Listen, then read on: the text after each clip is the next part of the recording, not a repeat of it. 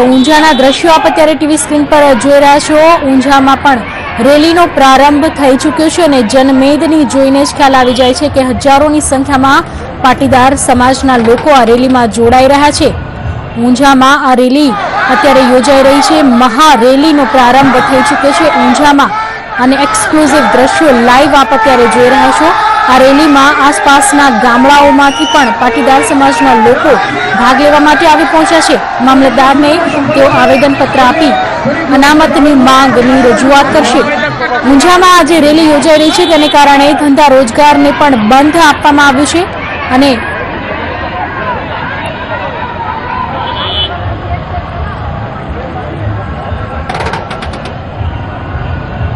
તો અત્યારે જે રેલી કાઢવામાં આવી રહી છે આવેદનપત્ર આપવામાં આવ્યું હતું નારાયણભાઈને અને તેમની સમક્ષ માંગ કરવામાં આવી હતી।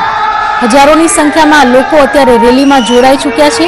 ગાંધી ચોકથી આ રેલીનો પ્રારંભ થઈ ગયો છે। ઉમિયા માતાના દર્શન કરી તેમણે રેલીનો પ્રારંભ કર્યો ને કહી શકાય કે 30 થી 35 હજાર જેટલા લોકો આ રેલીમાં જોડાઈ શકે છે।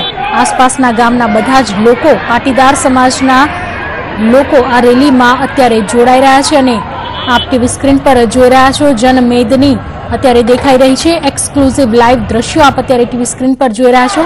આ રેલીના ભાગરૂપે પોલીસ તરફથી પણ ચાંપતો બંદોબસ્ત કરી દેવામાં આવ્યો છે। આ રેલીમાં હવે મામલતદારને આવેદનપત્ર આપવામાં આવશે। આ પહેલા નારાયણભાઈ ધારાસભ્યને આવેદનપત્ર આપવામાં આવ્યું હતું।